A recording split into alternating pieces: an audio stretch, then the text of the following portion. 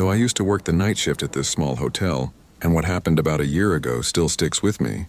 It honestly freaked me out so badly that I think about it all the time, especially because I still can't figure out what that guy's intentions were.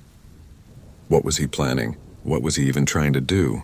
Just thinking about how long he was there and how I never realized he wasn't supposed to be still sends a chill down my spine. The hotel was small, only 3 floors and maybe 40 rooms. It wasn't exactly a hot spot. We usually only had about 10 or 15 rooms filled on the weekdays. My shift was from 10 p.m. to 6 a.m., and most of the time it was just quiet and boring. Honestly, I didn't mind. I'd just sit behind the desk, get some paperwork done, sometimes check the cameras, or if it was super dead, I'd kill time by watching YouTube on my phone. The lobby was pretty basic: a desk, some couches off to the side, a TV, and a few vending machines tucked in the corner. Behind the desk was a tiny office with a computer, a chair, and a glass window so I could see the lobby while sitting in there. At night, the front doors locked automatically, so guests would have to buzz in, and I'd press a button to let them in. After midnight, it was usually pretty calm, with maybe the occasional late-night guest strolling through. But then one night, a guy came in around 11 o'clock, and to this day, it still makes my stomach twist when I think about it. He buzzed the door and I let him in. He looked to be in his mid-40s, tall, kind of lanky but not overly thin, wearing jeans, a baseball cap, and carrying a backpack. He came up to the desk and asked if we had a room available. I told him we did, gave him the price, and he nodded, pulling out a card. I swiped it, it went through, and I handed him a key for room 214 on the 2nd floor. I remember him staring at me for a little too long as he took the key. His expression was blank, almost vacant, and his eyes lingered on mine for what felt like 3 or 4 seconds too long. Then he turned and headed for the elevator. At the time, nothing screamed danger, but something about that moment still made me uneasy enough to take notice. After that, I leaned back in my chair and started messing around on my phone again. But around midnight, I looked up and he was back in the lobby. He didn't come up to the desk this time. Instead, he just walked right past me and plopped down on one of the couches in the lounge area. The TV wasn't even on, but he just sat there staring at it. I figured maybe he couldn't sleep or something. Sometimes guests would just hang around in the lobby, so I didn't think much of it at first. But then about half an hour later, I realized he hadn't moved an inch. He was just sitting there doing absolutely nothing. No phone, no book. Not even nodding off, just staring blankly at the TV screen that wasn't even on. At one point, I got up to grab some water from the vending machine. As I walked across the lobby, I felt his eyes on me the whole way. I didn't look directly at him, but I could feel his gaze burn into the back of my head until I was safely behind the desk again. It sent this cold shiver down my spine. Around 1 a.m., I was fiddling with the reservation system on the computer, mostly out of boredom, when I saw something strange. I pulled up the list of occupied rooms and was surprised to see that room 214 was marked as vacant. I whispered, "What the?" to myself and double-checked. I had literally just checked the guy in an hour ago. Maybe I made a mistake, I thought. So I checked the check-in logs, but nothing for him. No name, no charge, absolutely nothing. Then, I looked at the transaction screen to confirm his card had gone through. But there was nothing. No payment, no record. I distinctly remembered swiping his card and hearing the beep like everything had gone through, but there was no trace of it in the system. I was seriously confused. That's when I picked up the phone and dialed room 12. It rang and rang, like 10 times, but no one answered. I checked the keycard entry, logged to see if the door had been opened at all that night. Nothing, no entries. I felt a wave of dread wash over me as I realized he never even went to the room after I handed him the key. I glanced over to the lounge area, and there he was, still sitting there, eyes fixed on the TV that wasn't even on. That knot in my chest grew tighter. I sat there for a few moments, torn about what to do. Part of me thought it could just be a system glitch, but the fact that there was no entry log and no charge in the system made it clear. He wasn't even checked in. After a while, I waited another 15 minutes, watching him. Around 1:30, I couldn't take it anymore and walked over to him. I asked if everything was okay. He turned his head, gave me this blank stare, and said, "I just can't sleep." Then, he turned back to the TV, still not on. I nodded, but I could feel my hands trembling as I went back behind the desk. At 2 a.m., I looked up again, and he wasn't sitting in the lounge anymore. My stomach instantly sank. He was nowhere in the lobby. I quickly scanned the area and spotted him, standing at the end of the hallway by the bathrooms, half hidden in the shadows. He was just standing there, perfectly still. I pretended to focus on the computer, but I kept glancing up at him. He stood there for what felt like forever, then slowly walked back to the lounge and sat down like nothing had happened. I called my manager at home, trying to explain what was going on. She sounded exhausted and told me to just keep an eye on him and to call the police if he did anything threatening. I remember hanging up thinking to myself that it already felt threatening, but I didn't know what else to do. I decided to check the security cameras after that. I saw him on the first floor hallway camera. He walked all the way down the hall, stopped at the end and stood there for what felt like several minutes, just staring into the distance. Then he turned and walked back. Later, I saw him enter the stairwell where he stayed for about 10 minutes. What the hell was he doing in there? Every time I looked up from the computer, he'd be somewhere else, by the vending machines, near the elevators, just lurking. Once I caught him standing in a dimly lit corner of the lobby where the light barely touched. He was always staring, and it was becoming unbearable. By 3:30 a.m., I had reached my breaking point. I called the non-emergency police line and explained that there was a man in the hotel who I didn't think was a guest. They told me they'd send someone. While I waited, I watched him move again. This time he was standing maybe 15 feet away from the desk, just watching me. His eyes didn't blink much, and he didn't say a word. He just stared like it was the most normal thing in the world. I pretended to type something on the computer, but my hands were shaking so badly that I could barely breathe. Around 3:50 a.m., the buzzer went off, and I thought finally the cops are here. But it wasn't the police, it was just another guest returning late. I let him in quickly, and I noticed the man turn his head to watch the guest walk across the lobby. His eyes followed him the whole way. That scared me even more. It was like he was studying him, like he was calculating something. A few minutes later, the man disappeared again. I checked the cameras and saw him standing outside one of the guest rooms on the first floor. He wasn't even knocking or anything. He was just standing there like a shadow. That was it for me. I called 911 this time, explaining that the man was standing outside a guest room, and I had no idea what he was planning. They assured me that officers were on the way. I stayed glued to the camera feed, watching him for what felt like forever. After about 3 minutes, he finally walked back to the lobby like nothing had happened. When he came back, he didn't sit down in the lounge this time. Instead, he walked straight up to the desk and leaned over the counter, getting so close I could feel his breath. He looked at me, then asked in this disturbingly low voice if there was any food. I told him there were vending machines in the corner. He gave me this small, unsettling smile, then just walked away. I sat there staring at the clock, silently praying for the cops to show up.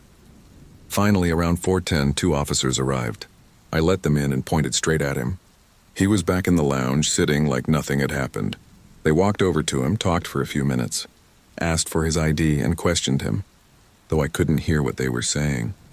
After a bit, they escorted him out. One of the officers came back to me and said the guy wasn't a guest at all. The credit card he gave me was stolen, and he had no bags, no reservation. He'd just been pretending to be a guest to get access to the building. They charged him with trespassing and for the stolen card. After they left, I sat there still shaking until my shift ended. Every time I looked at the cameras, I kept expecting to see him again, like he was going to pop up somewhere. The part that still messes with me the most is realizing he had been inside that hotel for hours, walking around, standing outside guest rooms, and watching me from different spots, and he wasn't even supposed to be there. I have no idea what his plan was, but I know it wasn't good. That was by far the scariest night of my life. My name is Meredith. I'm 24 and I work the graveyard shift at a small gas station off County Road 11. It's the kind of place people only notice when they're out of gas or hopelessly lost. I took the job because it was quiet, predictable. I liked that, or at least I used to. It all began on a Thursday night around 1 a.m. The air outside was damp and still, and the constant hum of the overhead lights had begun to gnaw at my nerves. I was about to pop a cinnamon roll into the microwave, one I didn't even really want, when the door chimed. A man stepped in, mid-40s, maybe older. His green coat was a little too big. His hair was a tangled mess, and his lips were dry, like he hadn't smiled in years. He didn't head straight for the coffee or chips like most customers. Instead, he stood by the counter, watching me with this unsettling, almost familiar look. "Hi," I said, trying to force a polite smile. The man spoke. "You always work this late?" I blinked. Yeah, mostly." He grinned. "I figured. I've passed through here a few times. Noticed it's always you. It's kind of unsettling more than I let on." "Oh, yeah, right, small town," I mumbled. He didn't leave. "Meredith, right?" he asked. I froze. I wasn't wearing a name tag. I was about to ask how he knew my name. But then he added, "You have nice handwriting," nodding toward the whiteboard where I'd written, "Cinnamon coffee is back." "Most people dot their I's like circles," he said, "but you use little slashes. It's very specific." Thoughtful. I didn't know what to say to that. He didn't buy anything. He just stood there, staring at me like he was studying my every move. After what felt like an eternity, he nodded. "I'm Paul," he said. "Just curious, that's all." Then he turned and walked back out into the fog. After that night, Paul started showing up at random intervals. Not every night, but often enough that it couldn't be brushed off as a coincidence. Sometimes he'd come inside. Other times he'd sit in his car near the edge of the lot, headlights off, just watching. One night I tried to pretend I didn't see him. He walked in, bought a bottle of water, and as usual lingered. "You're quieter tonight," he remarked. "Long shift," I muttered. He scanned the store slowly, like he was mentally taking inventory of everything in it. "Must get lonely, huh? Just you out here in the dark with no one else for miles," he said.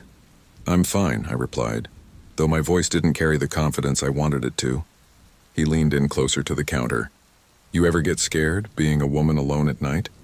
His voice wasn't threatening, and that's what made it worse. It was calm, neutral, like he was talking about the weather. I took a step back, trying to distance myself from him. "Do you need anything else?" He tilted his head slightly. "You always keep the door to the back room locked, smart. I noticed you check it around 2 a.m. almost every night." My stomach twisted into a knot. I didn't answer. "I'll let you get back to it," he said, offering a soft, almost apologetic smile. "Didn't mean to make you uncomfortable." And then, as easily as he had appeared, he walked out again. After that night, I started walking to my car with my keys gripped between my fingers, ready to use them as a weapon if I had to. I kept a tire iron hidden under the counter. I changed the curtains in my apartment and began locking the bathroom door when I showered, even when I was alone. Some nights he didn't show up. Sometimes a whole week would pass without a sight of him, but that only made it worse. The uncertainty gnawed at me. I never knew when he'd show up again. Like that one time when I returned from my 10-minute break and found a Polaroid on the counter. It was a picture of me, taken that night, refilling the windshield washer bin behind the station. The camera had been way too close. Way too close. There was no note, but the slash through the eye and windshield, and the dot on the eye had been circled in bright red ink. The next time he came in, I told him to leave. I told him if he didn't, I'd call the police. Paul just nodded. "I get it, I've been too forward." "You've been following me," I said, my voice trembling. I hated how weak it sounded. "I just think you're the kind of person who's used to being misunderstood," he said, his tone casual. "I thought maybe you'd appreciate someone who pays attention." "That's not paying attention," I snapped, my heart racing. "That's obsession." He didn't flinch.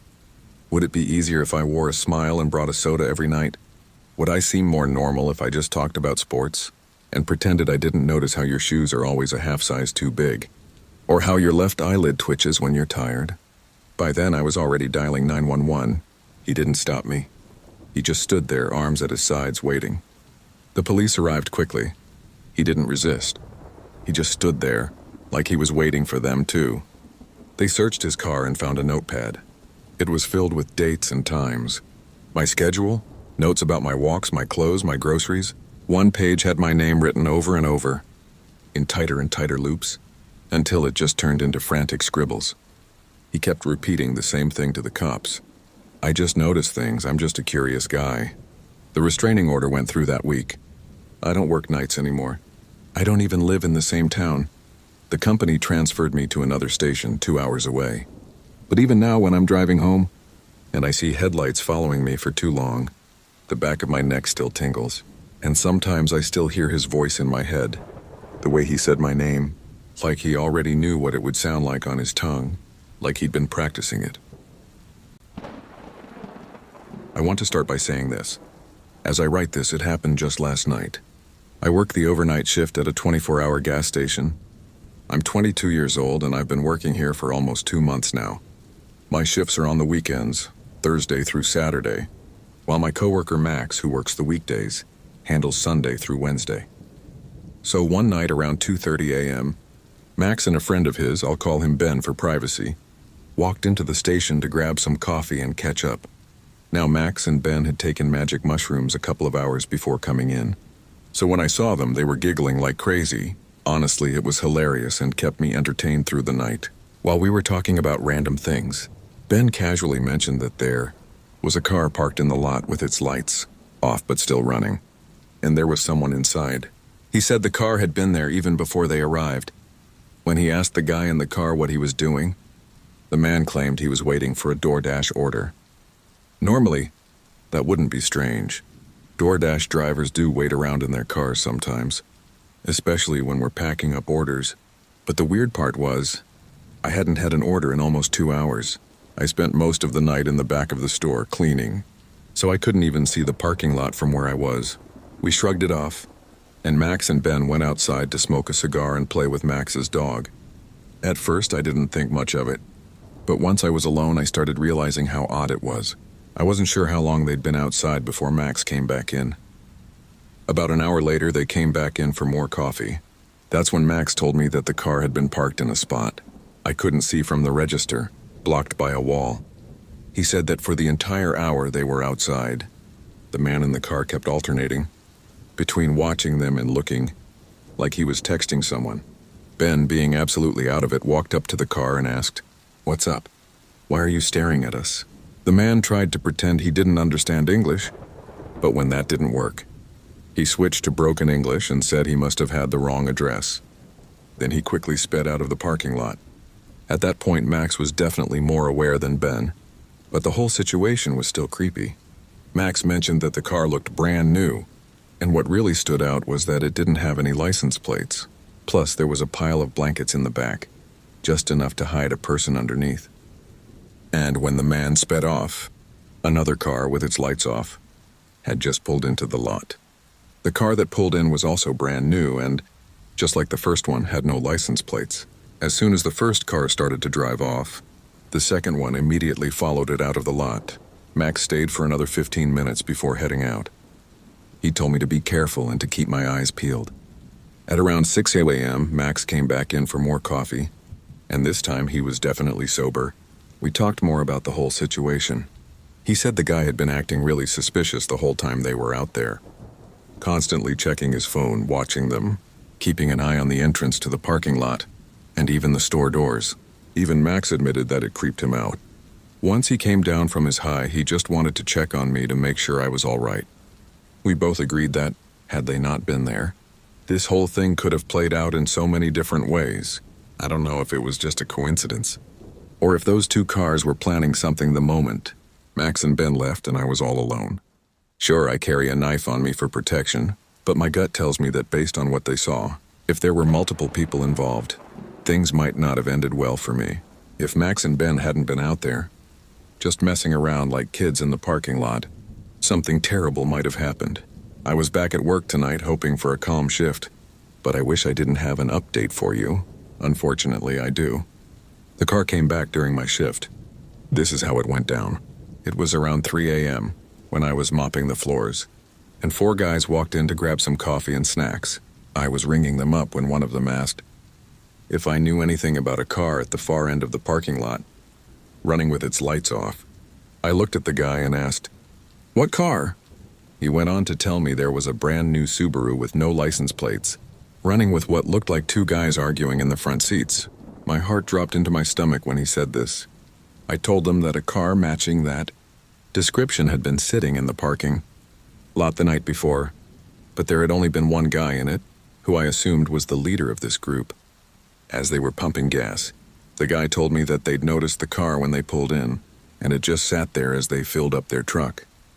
He told me this as they were walking toward the door, since they were at the pump farthest from the entrance. As they passed the car, they heard a guy and not quite yelling, but talking pretty loudly, and pointing toward the store doors. One of the guys started walking over to the car to check if everything was okay. But as soon as the men in the car noticed them, they quickly put the car in reverse and drove off. I told them I believed it was the same car from the night before, the one that had been acting suspicious when Max and Ben were out in the parking lot. When confronted, the driver seemed panicked before speeding off, with another car following him out. The guys seemed alarmed and offered to stay with me for a bit, to make sure the car didn't return. I asked if they were sure, and when they said it was no problem, they hung around for about 20 minutes. After some time, we all agreed I was probably in the clear. I thanked them, topped off their coffee for free, and they left, leaving me alone again. Nothing else happened for the rest of my shift, but I stayed vigilant, keeping an eye out whenever I had to go outside to take the trash to the dumpsters by the pumps. What scares me the most is that I never actually saw the car myself, yet multiple people warned me about it. At first, I hoped I was just being paranoid and that it was nothing, but having the same car come back 2 nights in a row, almost at the same time, and park in a spot that couldn't be seen from the register or the front windows, it makes me wonder if my paranoia was actually justified. If it was, I'm just thankful another group of people showed up, so I wasn't alone in case those guys decided to come inside. Thankfully, I don't work for the next few days. I can only hope that when I return to my shift, the car won't show up again. My name's Daniel. I'm 29 and I work the graveyard shift at a small, family-run motel out in the middle of nowhere. It's not a chain or anything, just a 2-story building with about 25 rooms in total. My shift runs from 10 p.m. to 6 a.m. The motel doesn't see much action at night. Maybe a few check-ins after midnight if someone's passing through. But most of the time it's dead silent. That's why I took the job in the first place. I'm not really the social type, so sitting in a nearly empty building for hours on end works just fine for me. The setup is pretty simple. A front office with the desk, a couple of chairs, a coffee machine, and a rack of brochures. Behind the desk is a hallway leading to a back office. The back office is more like a small lounge. It has another desk, a couch, a mini fridge, and a TV on the wall. There's also a little speaker back there that dings whenever someone rings the bell at the front desk. So most nights I just hang out in the back, watching something on my laptop, maybe catching a quick nap on the couch. When the bell rings, I get up and head to the front. I've been working here long enough to know the usual sounds of the place. The building creaks, the heater clicks, and the front door buzzes when a guest uses their key card late at night. Those are just normal noises. But the thing about working the night shift is that even the normal stuff can start to gnaw at you if you focus on it too much. And sometimes, what you think is normal turns out to be anything but. This one Tuesday night back in the fall, I was working the shift. It was cold out, around the 40s, and the parking lot was mostly empty, except for a few cars parked under the dim light. It was about 2 a.m. when I first heard the bell. I got up from the couch in the back and went into the office. When I got there, the desk was empty. The lobby was completely still. I looked out through the glass doors, but the road was just as dark and empty as the parking lot. No cars, no headlights, and nothing. I thought maybe I imagined the bell, but it's hard to mistake that loud, clear sound. I stood there for a second, waiting, just to see if anyone would walk in late. No one came. So I headed back to the lounge, sat on the couch, and started scrolling through my phone. Not even 10 minutes later, the bell rang again. I shot up from the couch and walked into the office again, but once more it was empty. The hair on the back of my neck stood up this time. I stepped outside and looked around. The parking lot was the same. Cars parked in place, no lights on, everything still. The road was empty too. I walked to the edge of the sidewalk and scanned the road in both directions. But there wasn't a single sign of life. I headed back inside and decided to sit behind the front desk this time, instead of retreating to the back. I figured maybe some drunk guest was messing with me. A little game of ding-dong-ditch, or maybe a kid thought it would be funny.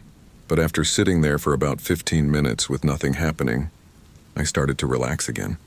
I leaned back in the chair, opened my laptop, and told myself it was just one of those weird things I'd laugh off later. Then the bell rang again. I jerked my head up so fast it made my neck ache. The lobby was still empty and nobody in sight. A chill ran down my spine. I stood up, walked around the front desk, and checked behind it, but there was nothing. I checked the bathrooms in the lobby, then stepped outside once more. Still nothing.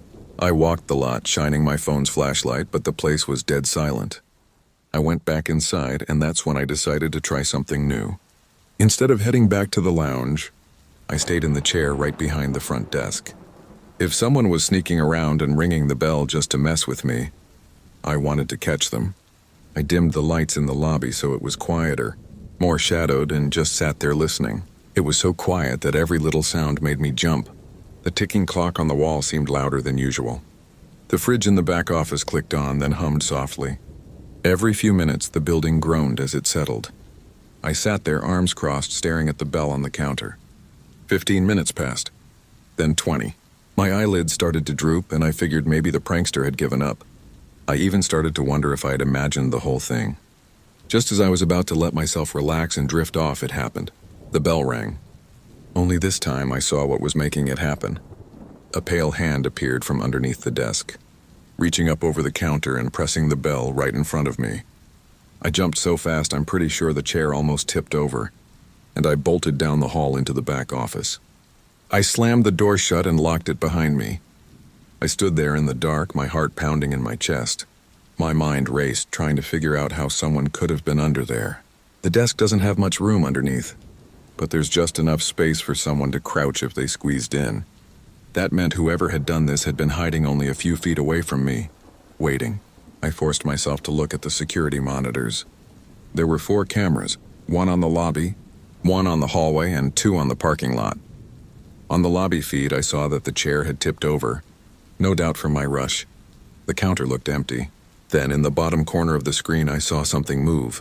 A head slowly poked out from behind the desk.